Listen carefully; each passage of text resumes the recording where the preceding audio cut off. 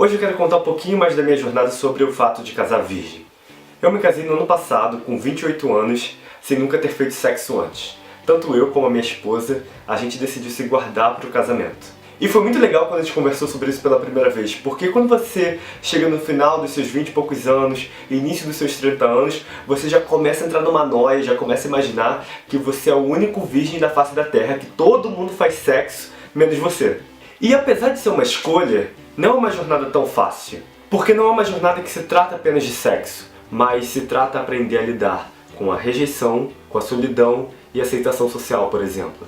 Também se trata de aprender a confiar na promessa de Deus. E tem alguns momentos que o medo vem com tudo, e não é tão fácil assim falar sobre esse assunto, porque existem dois contextos que nos rodeiam: o contexto da igreja, dentro da igreja, e o contexto de fora da igreja. Dentro da igreja, a realidade é que a grande maioria dos jovens já tiveram ou ainda tem uma vida sexualmente ativa. Ou seja, falar sobre sexo deixa muita gente desconfortável, porque envolve muita vergonha, devido a uma mentalidade religiosa. Porque quem fez sexo, quem teve relação sexual, não é ou não poderá se tornar mais uma pessoa tão pura assim, vamos dizer. E fora da igreja? Fora da igreja, existe muita pressão para que você se torne igual a todo mundo. Além disso, é óbvio, também envolve muita ignorância e falta de respeito, principalmente no contexto de escola e de faculdade. Por exemplo, eu me lembro que no meu 8º ano, ou seja, há muito tempo atrás, falar sobre perder a virgindade no 8º ano já era um assunto totalmente comum. Então, no contexto de fora da igreja, se você não tem uma vida sexualmente ativa, você só pode ter algum problema. Ou então, se você é virgem ainda, depois dos seus 20 anos, mano, você é um ET. Por isso que hoje, meus amigos, eu decidi gravar esse vídeo, para que a gente possa falar um pouquinho mais com liberdade sobre esse tema, sem que haja vergonha imposta pela mentalidade religiosa e que ajude a quebrar a pressão daqueles que precisam de ajuda, daqueles que estão buscando ter uma vida onde o sexo só vai fazer parte depois do casamento. Então vamos lá, antes de tudo, por que não fazer sexo antes do casamento? Você já parou para pensar nisso? Porque a grande maioria das pessoas respondem: porque Deus mandou, porque é pecado, porque está escrito na Bíblia, porque eu fui chamado para viver em santidade, porque... Ok, eu já entendi. Realmente, é algo que está escrito na Bíblia, é algo que está na palavra. E a palavra de Deus deve ser o suficiente para a gente viver. Mas, ao mesmo tempo, você consegue entender que uma resposta como essa, para esse tipo de pergunta, pode ser um tanto quanto superficial? Superficial porque Deus não quer apenas que você trate a Bíblia, a palavra, como um livro de regras. Ele quer que você tenha revelação. Ele quer que você descubra, tenha revelação daquilo que Ele te direciona. E é nesse momento que você busca revelação, que você sai de uma mentalidade religiosa e você entra num verdadeiro relacionamento com o Pai. Por isso, eu quero te desafiar com uma outra pergunta. Por que você acha que Deus instrui que o ato sexual seja reservado para o casamento? Deus dá essa instrução simplesmente porque o ato sexual é o ato mais íntimo entre um homem e uma mulher. O anel, como esse que eu tenho aqui, que você coloca no dedo do seu marido ou da sua mulher, é apenas um ato simbólico, que deve sim ser realizado em público antes de tudo. Mas o sexo é que realmente representa a aliança do casamento. E qual é o propósito do casamento? O propósito do casamento é a formação de família. E certamente você não vai querer desenvolver família com qualquer pessoa, correto? Você vai querer desenvolver família com alguém que você ama, que você respeita, que você admira, alguém que você se sente seguro, alguém com quem você tenha intimidade. Porque nós fomos criados por Deus para intimidade. Se você for parar para pensar, tudo aquilo que está relacionado ao pecado refere-se à tentativa de quebrar a verdadeira intimidade. Seja o que for, da mentira ao adultério. Não existe pecadinho ou pecadão, mas da mentira ao adultério. Tudo vem para tentar quebrar a verdadeira intimidade, seja com Deus ou seja com o próximo. E a mulher ou o homem que você decide casar será a pessoa com quem você vai experimentar o maior nível de intimidade que existe, planejado por Deus para dois humanos. E é exatamente por isso que eu quero falar sobre 3 pontos. 3 pontos que eu, Gabriel, gostaria de ter ouvido mais vezes quando eu estava solteiro. Ponto número 1. Você não tem um problema. O mundo fala sobre liberdade, certo? Então, Você realmente é livre. Você é tão livre que você é livre para dizer não para as pessoas que têm interesse em você se você não tiver interesse nelas. Você é tão livre que você é livre para escolher não ficar com qualquer pessoa. Você também é livre para escolher a ter um relacionamento sério, em focar em ter um relacionamento sério, ainda que isso não aconteça do dia para a noite. Você é livre para se guardar para o casamento. Isso não é um problema. Você é livre para viver em santidade. Você é livre.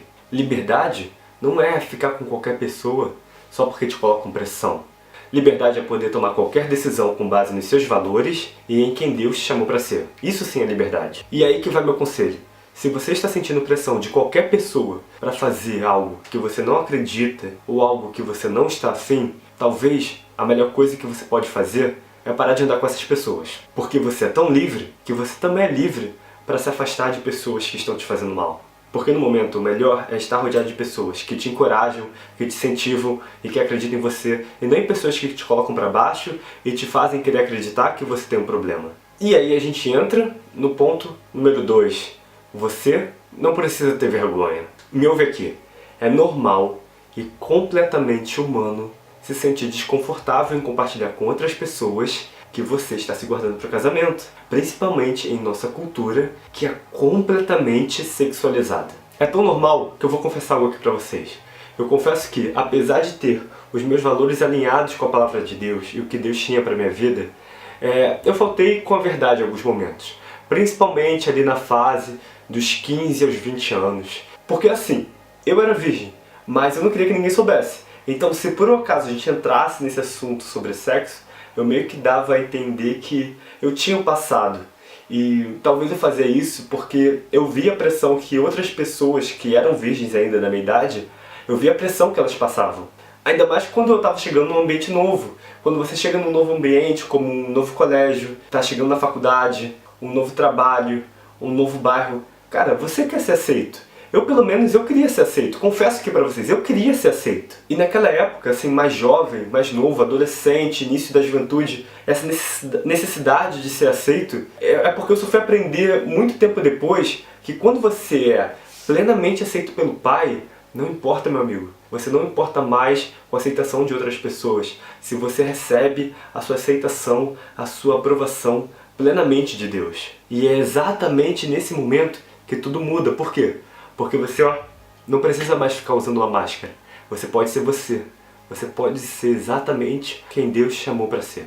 Então, não, você não precisa mais ter vergonha quando você verdadeiramente sabe quem você é e quando você também sabe que você é plenamente amado pelo Pai. Talvez, e eu até me arrisco a dizer, com certeza, você vai precisar um pouquinho mais de perseverança e paciência. Perseverança se você estiver esperando há muito tempo, se você estiver solteiro há muito tempo e esse medo da solidão estiver te perseguindo. E paciência para os comentários e para as piadas que de vez em quando você escuta.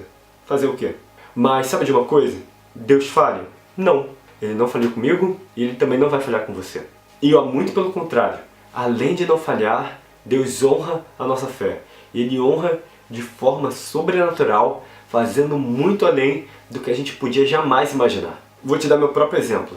A gente se conheceu em outubro de 2017 e depois de 3 meses e meio de namoro, em março de 2018, a gente já estava casando. Como isso é possível? Só a graça de Deus. E a gente teve testemunho atrás de testemunho, que foi Deus abrindo as portas para a gente poder viver tudo aquilo que a gente viveu até agora. E é aí que eu falo para vocês, pelo natural, a gente jamais poderia ter feito o que a gente fez. Mas Deus celebra o casamento. Deus celebra a formação de uma família.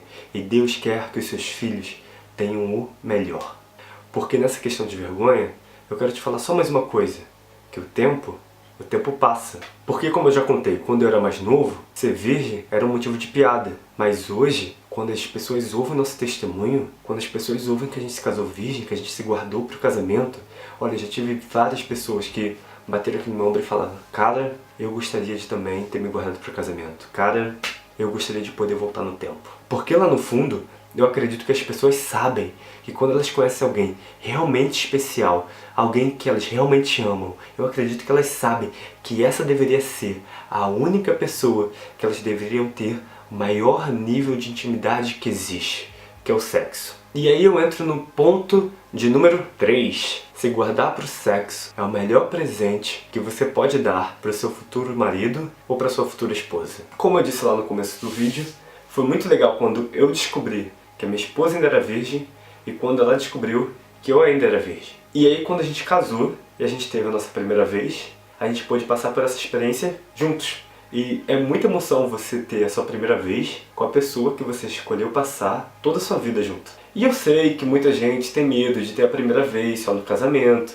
Eu sei que tem perguntas, tem questões que as pessoas trazem. Ah, e se eu não gostar? Ah, e se não for bom? Bom, vamos lá. Eu acredito que esse pensamento parte de pessoas que tentam viver apenas pela lógica humana. Mas quando você decide viver pela fé, cara, você acredita em Deus. Você acredita na paz que Ele coloca no seu coração e confia que Ele tem o melhor pra você. E eu vou te falar, não tem nada melhor em aprender sobre sexo, desfrutar o sexo, apenas com seu marido ou com sua esposa. E eu sou muito grato a Deus por ter me ajudado nessa jornada. Porque, apesar de tudo aquilo que eu já falei, de toda a pressão, de toda a vergonha, de todo o pensamento negativo que tentou me rodear, me desanimar, não existe nenhuma outra mulher no mundo com quem eu gostaria de ter tido essa experiência, a não ser minha esposa, a não ser a Gundula. E é isso. Eu espero que esse vídeo tenha te ajudado, te abençoado, te edificado, ou que tenha te feito pensar um pouquinho mais sobre esse assunto. Ah, e a boa notícia é que agora, toda semana, eu estarei postando aqui no canal. Então você já sabe o que fazer, né? Se inscreva, ativa o sininho e deixe seu like. Ah, e mais uma coisa, me siga lá no Instagram também, que agora eu estarei interagindo muito mais com vocês, tá bom? Até a próxima!